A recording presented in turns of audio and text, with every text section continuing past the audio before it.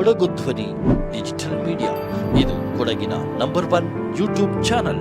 ನಮಸ್ತೆ, ನಾನು ಹಿಂದೂ ಸಂಗಮ ಆಯೋಜಕ ಸಮಿತಿ ಬಲ್ಲಮೋಟಿ ಕರವಂಡಪ್ಪಣ್ಣ ದೊಡ್ಡಪುಲಿಕೋಟು. ನಾವಿವತ್ತು ಒಂದು ಮಧ್ಯಾಹ್ನ ನಾನು ಮತ್ತೆ ಅಪ್ಪಚ್ಚಿರ ಗೌತಮ್ ಇಬ್ಬರು ಹೋಗಿ ಮಡಿಕೇರಿಯಿಂದ ಈ ನಾಳೆಯ ಕಾರ್ಯಕ್ರಮಕ್ಕೆ ಇರುವಂಥ ಫ್ಲಾಗ್ಗಳು ಮತ್ತು ಈ ಸ್ಪೀಕರ್ಗಳನ್ನ ತಂದು ನಾಪಕುಲಲ್ಲಿ ನಮ್ಮ ಈ ಪೊನ್ನಾಡು ಸೂಪರ್ ಮಾರ್ಕೆಟ್ ಮುಂದ್ಗಡೆ ನಿಂತ್ಬಿಟ್ಟು ಒಂದು ಶಾಪಿಂಗ್ ಹೋಗಿದ್ದು.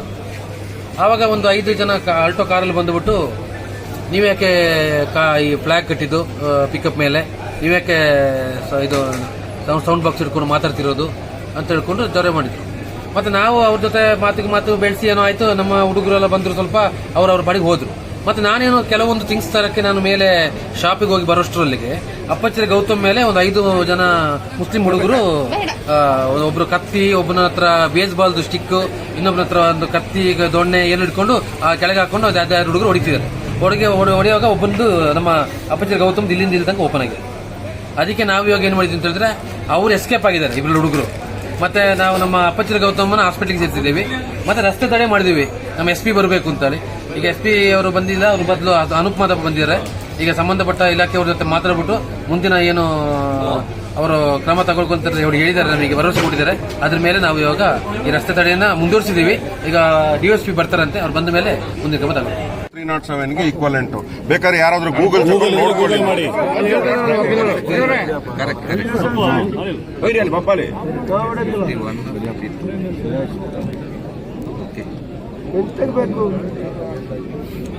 ನಾಪಕಲು ನಾಳೆ ಇದೇ ತರ ಹೋಮ್ ಗಾರ್ಡ್ಗಿಂದಾನೆ ಕೆಲಸ ಮಾಡ್ತಾ ಇದ್ರೆ ಇದೇ ತರ ಹೊಡೆದಾಟ ಆಗ್ತದೆ ಇರ್ತದೆ. ಪೊಲೀಸ್ 28 ಪೊಲೀಸ್, 3 ASI, 1 SI ಹಾಕಿರೋದು. ದಿನಾಂಕ 27/2/26ರಂದು ಫಿರ್ಯಾದಿಯವರು ಕೃತ್ಯ ನಡೆಸಿದ ಸ್ಥಳದಲ್ಲಿ ನೀಡಿದ ಪುಕಾರನ್ನು ಠಾಣಾ FC 196 ಸತೀಶ್ ರವರು ತಂದು ಹಾಜರುಪಡಿಸಿದ್ದನ್ನು ಹೊಂದಿಕೊಂಡು ನೋಡಲಾಗಿ ದಿನಾಂಕ 27/2/26ರಂದು ಸಂಜೆ 4 ಗಂಟೆಗೆ ಫಿರ್ಯಾದಿದಾರರು ಸಾಮಾನು ಖರೀದಿಸಲು ಅಂಗಡಿಗೆ ಬಂದಿದ್ದು, ಸ್ವಲ್ಪ ಹೊತ್ತಿನಲ್ಲಿ ನಮ್ಮ ಊರಿನವರಾದ ಗೌತಮ್ ಎಂಬವರು ತಮ್ಮ ವಾಹನ ಪಿಕಪ್ ಸಂಖ್ಯೆ ಸೋ ಅಂಗಡಿಯಲ್ಲಿ ಸಾಮಾನು ಖರೀದಿಸಲು ಹೋಗಿದ್ದು, ಈ ಸಮಯದಲ್ಲಿ ಭಗವಧ್ವಜ ಕಟ್ಟಿರುತ್ತಾರೆ. ಫಿರ್ಯಾದಿಯವರು ಗೌತಮ್ನನ್ನು ವಿಚಾರಣೆ ಮಾಡಿದಾಗ ನಾಳೆ ನಡೆಯಲಿರುವ ಬಲ್ಲಮಾವಟಿ ಹಿಂದೂ ಸಂಗಮ ಕಾರ್ಯಕ್ರಮಕ್ಕೆ ಪ್ರಚಾರ ಮಾಡಲು ಬಂದಿರುವುದಾಗಿ ಹೇಳಿರುತ್ತಾರೆ. ಇದನ್ನು ನೋಡಿದ ಪಕ್ಕದ ಅಂಗಡಿಯ ಕಾರ್ ಟೆಕ್ನಿಯಿಂದ ಹಂಸ ಎಂಬುವರ ಮಗನಾದ ಸುಹೇಲ್ ಎಂಬವನು ಏಕಾಏಕಿ ಕಬ್ಬಿಣದ ರಾಡು ತೆಗೆದುಕೊಂಡು ಬಂದು ಗೌತಮ್ನನ್ನು ಕುರಿತು ಏನೋ ಧ್ವಜ ಹಾಕಿಕೊಂಡು ಎಲ್ಲಿ ಏನು ನಿಲ್ಲಿಸಿದೆಯಾ ಎದುರು ಗದರಿಸಿ ತಲೆಯ ಮೇಲೆ ಬಲವಾಗಿ ಹೊಡೆದು ಮಾರಣಾಂತಿಕ ಗಾಯವನ್ನು ಮಾಡಿರುತ್ತಾರೆ. ಅಲ್ಲೇ ಇದ್ದ ಸಿದ್ದಿಕಿ ತಂದೆ K.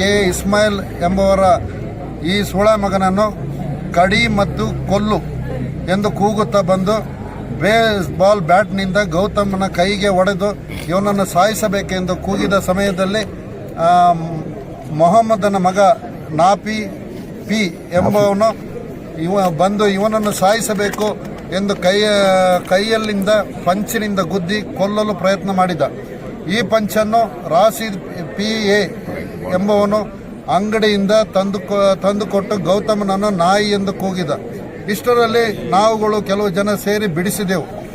ಕೂಡಲೇ ಆರೋಪಿಗಳು ಬಂದು ಕೆಂಪು ಬಣ್ಣದ ಆಲ್ಟೋ ಕಾರ್ KA 53Z5272 ನಲ್ಲಿ ರಾಶೀದ್ ಎಂಬವನ ಸಹಾಯದೊಂದಿಗೆ ಅಲ್ಲಿಂದ ಕಾರಿನಲ್ಲಿ ಹೋಗಿರುತ್ತಾರೆ.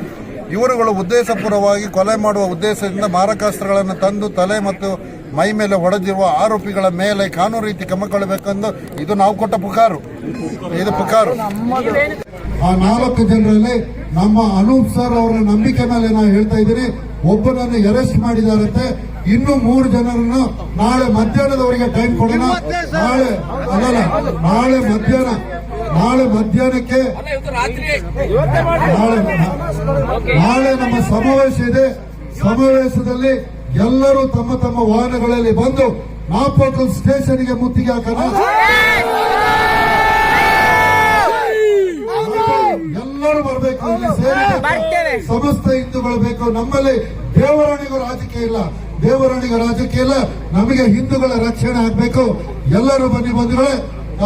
ಅಲ್ಲಿಂದ ಈ ಹಿಂದೂ ಸಮಾವೇಶ ಆಗುವುದಲ್ಲದೆ ನಾಳೆ ನಾವು ಮುತ್ತಿಗೆ ಹಾಕಿದ ನಂತರ ನಾವು ನಾಳೆ ಮುತ್ತಿಗೆ ಹಾಕಿದ ನಂತರ ಪುನಃ ಅವರನ್ನು ಅರೆಸ್ಟ್ ಮಾಡಿಲ್ಲ ಹೇಳಿದ್ರೆ ನಮ್ಮ ಕೆಜಿ ಬೊಪ್ಪನವರು ಬಂದಿದ್ದಾರೆ, ನಮ್ಮ ಸಮಸ್ತ ಸಂಘ ಪರಿವಾರದವರು ಬಂದಿದ್ದಾರೆ, ಎಲ್ಲರ VHPಯ ನಮ್ಮ ಕೊಡಗಿನ ಅಧ್ಯಕ್ಷರಾದ ರಮೇಶ್ ರವರು ಬಂದಿದ್ದಾರೆ, ಪಂಪೇಲ್ ರವರು ಬಂದಿದ್ದಾರೆ, ಶರಣ್ ಪಂಪೇಲ್ ರವರು ಬಂದಿದ್ದಾರೆ. ನಾನು ಪೊಲೀಸರಲ್ಲಿ ರಿಕ್ವೆಸ್ಟ್ ಮಾಡ್ತಾ ಇದ್ದೀನಿ ಸರ್, ಪೊಲೀಸ್ನವ್ರು ಕೇಳಬೇಕು, ಪೊಲೀಸ್ನವ್ರಿಗೆ ನಾನು ಕೇಳ್ತಾ ಇದ್ದೀನಿ, ನಮಗೆ ಇಲ್ಲ ಸಲ್ಲದ ಕಾನೂನು ಸಮಾವೇಶ ಮಾಡಲಿಕ್ಕೆ ಹೇಳ್ತಾ ಇದ್ದಾರೆ. ನಾಳೆ ನಮ್ಮ ಸಮಾವೇಶಗಳನ್ನು ಏನಾದರೂ ರದ್ದು ಮಾಡಲಿಕ್ಕೆ ಪ್ರಯತ್ನ ಪಟ್ಟರೆ ಇಡೀ ಕೊಡಗು ಬಂದಾಗ್ತದೆ, ಇಡೀ ಕೊಡಗು ಬಂದಾಗ್ತದೆ. ಬೆಂಕಿ ಹತ್ತಿ ನಾವು. ಸೊ ಇಷ್ಟು ಹೇಳಿ ಬೋಪಯ್ಯನವರು ಎರಡು ಮಾತಾಡಿದ ನಂತರ ಬಂಧುಗಳೇ,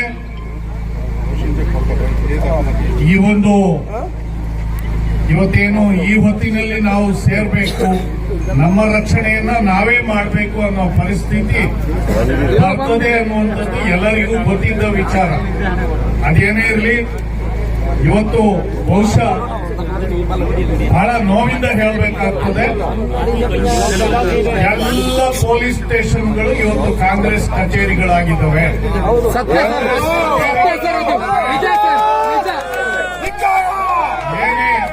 ಏನೇ ಆದರೂ ಪೊಲೀಸ್ನವರು, ಅವರಿಗೆ ಪೊಲೀಸ್ ಅಲ್ಲ ಯಾರೇ ಸರ್ಕಾರಿ ನೌಕರರು, ನಾವೆಲ್ಲ ತೆರಿಗೆ ಕೊಡುವ ಹಣದಿಂದ ಅವರಿಗೆ ಸಂಬಳ ಸಾರಿಗೆ ವ್ಯವಸ್ಥೆ ಆಗ್ತದೆ.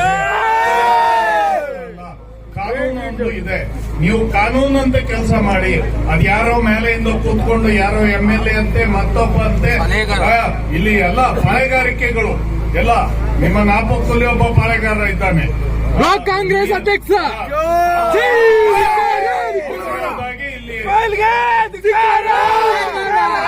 ಇಲ್ಲಿ ಅರೆಸ್ಟ್ ಮಾಡಿ ಅಂದ್ರೆ ಮಾಡೋದು.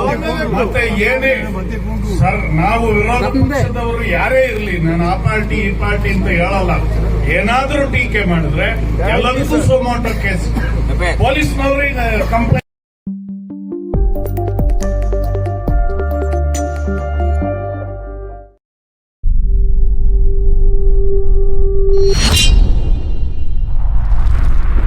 ಕೊಡಗು ಧ್ವನಿ ಡಿಜಿಟಲ್ ಮೀಡಿಯಾ, ಇದು ಕೊಡಗಿನ ನಂಬರ್ 1 ಯೂಟ್ಯೂಬ್ ಚಾನಲ್.